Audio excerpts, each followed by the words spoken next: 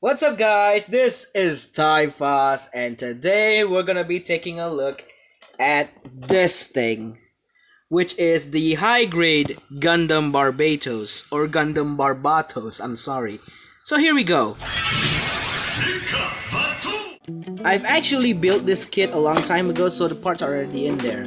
So let's take a look at them closely. Now to those of you who don't know or not actually into the Gundam line, Gundam Barbatos here is actually from the anime Mobile Suit Gundam Ironblood Orphans released in 2015. And that anime I have watched the first season and it was kind of decent. However, despite me somewhat liking it, the community of the group that I followed, which is the Gundam shitposting group or Suitposting group, you can follow this right here. I'm promoting them, why not? Lots of people have mixed opinion when it comes to the Gundam Barbatos. Now I know the reason why is because most people say that the Barbatos is the strongest Gundam, and the debate goes on and on and on and on and on and on and on and on and on and on that I won't actually talk about in this particular video.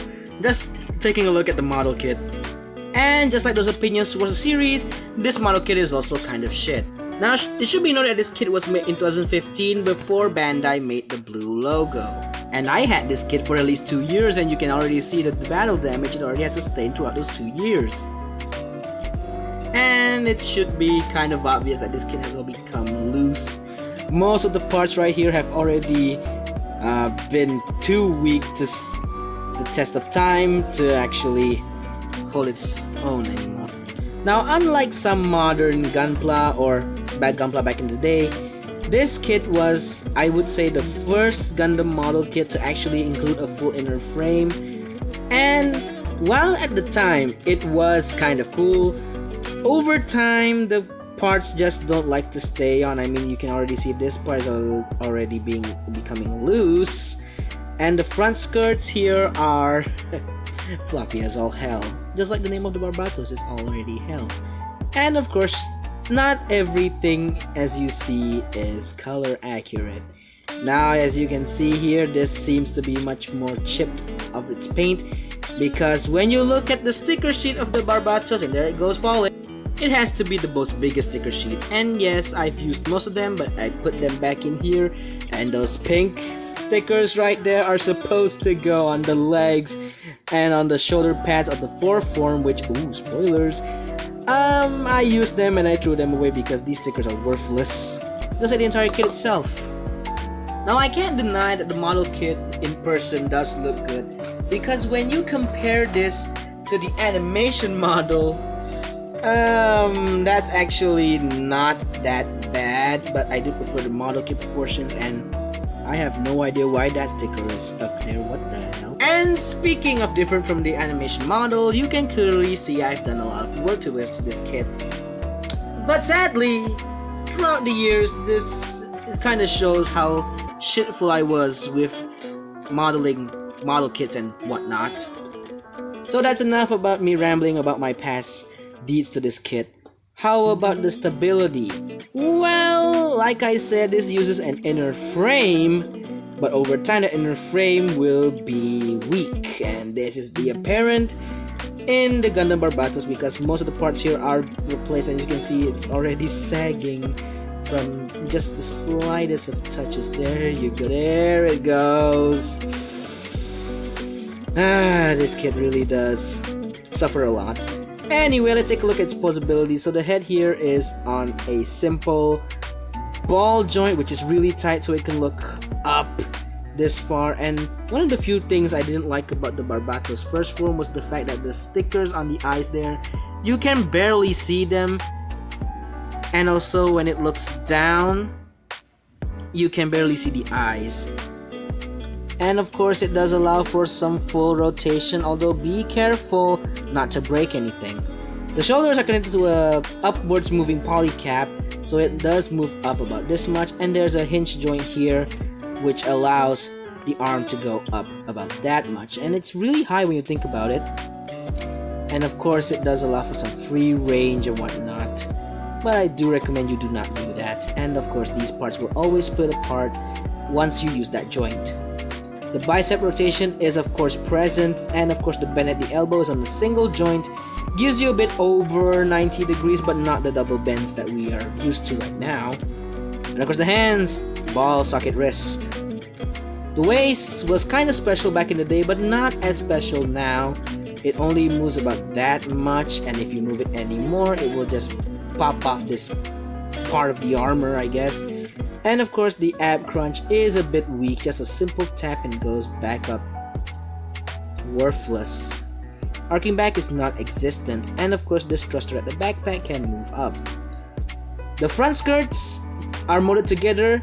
I separated them, but a word of warning, do not even try to separate the front skirts, because once you do, these will become very floppy and they can easily disconnect.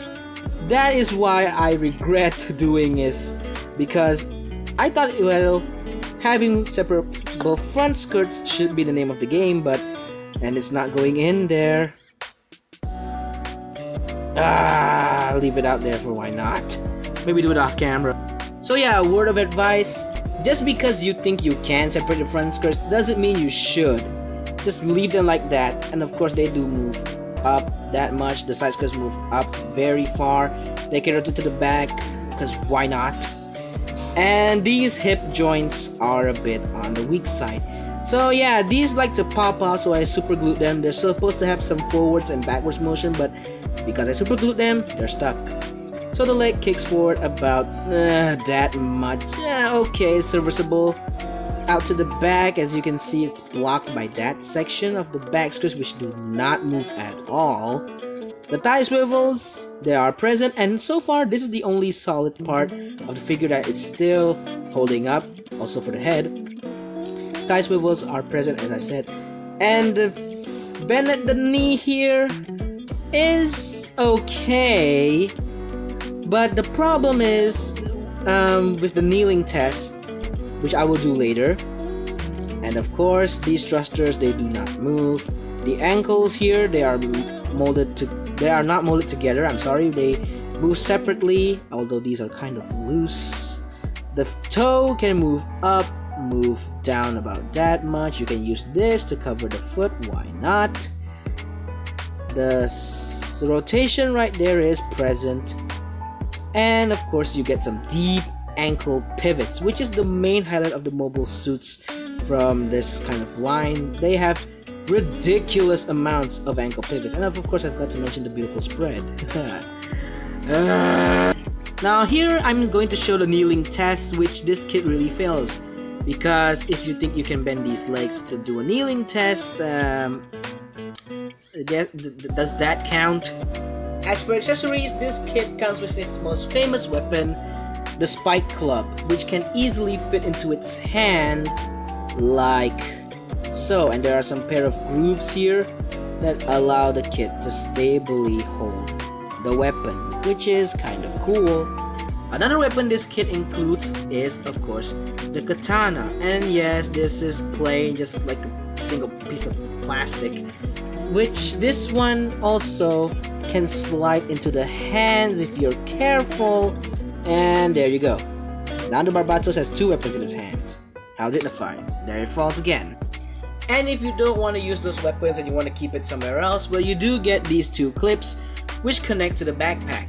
They just go onto the backpack right there, and they just clip on to those weapons rack like that. Putting the mace in there, and there you go. It's already stored at the back. And for more of those extensions for the backpack, you do get these two thingies, which I assume these are sub-arms. I haven't watched this anime in a while, so please forgive me. And these are supposed to connect to the backpack if you open this, but unfortunately I've already super glued this part, because this part like to fall off every single time I use them. So this other side is still able to be open, and you can connect those ball joints right here and right around this section here, like so. It's cool you can extend the backpacks, but without any weapons that it includes, and you have to buy the separate weapon option set, this seems a bit useless. And to wrap up this reviewed, you do get these few armor parts to convert this into the 4th form. To convert it, you just slide off the arm that we had previously on the 1st form, plug this into the new arm, make sure you get the manipulator, you don't get extra hands with this kit, and then you grab the shoulder pads and just slide them onto those pegs right here. Where's the other shoulder pad? There we are, and boom, 4th form complete. Now just please stand up normally. And while the 4th form does look a little bit more solid, it's actually not in real life, and I prefer the look of the Barbatos in this form compared to the other forms. And being a high grade, this kit is actually not that big. So here's Barbatos next to Ultraman Ginga and also the Lego Spider-Man, next to STE00 Diver and also Optimus Prime, and finally next to the Granddaddy Gundam himself, and of course my previous review, the Petitrits Shielder Mash Kyrielight. Please check out the review, guys, if you really want to. The links are in the description as we speak. And before I forget, yes, you can plug this to an action base. So that is it for the review, and for the entire review I had some troubles posing this kit. It kept falling off, whatnot. It might be due to age, but that won't change the verdict that I really do like this kit. Unfortunately, due to the stability issues and the fact that it's already loose, it's not the best kit you can get. I mean, for 1,000 yen, which is basically the same price as the more solid RX-78-2 Gundam right here, you're getting a Gundam with an inner frame, some armor parts which you can customize with other kits from the same line, but at the cost of not being color accurate, which is the main problem. Another main problem is the solidity of the inner frame itself. Over the years, and of course this is a 5-year-old model kit, it won't last the test of time, as already apparent in this review. So if you're thinking of buying this kit, there are better options out there, and if you really want the Barbatos specifically, we do have the Master Grade version, or if you want it bigger, you can get the 1100 version, which is basically a bigger version of the high grade, although I do not recommend it, but that's an option. And the reason why I made this video is to celebrate the release of Gundam Hajiroboshi, which is rumored to be the same Gundam which was based on the Barbatos. Now, as I said before, this kit is already loose. If you try to find it right now, it's kind of rare, or the fact that people actually don't like it. I understand why. And when it comes to possibility, while it does offer a lot, it's not that great. Which is basically, I'm saying that the articulation mixed with the stability issues, you're not gonna have fun with it. So that's the end of the review. Should you buy this? Well, buy it if you really do want a Gundam Barbatos in 1/144 scale in your high grade collection. But for the rest of you, it's not worth it. And that's time for us, and I'll see you guys in the next video. Take care.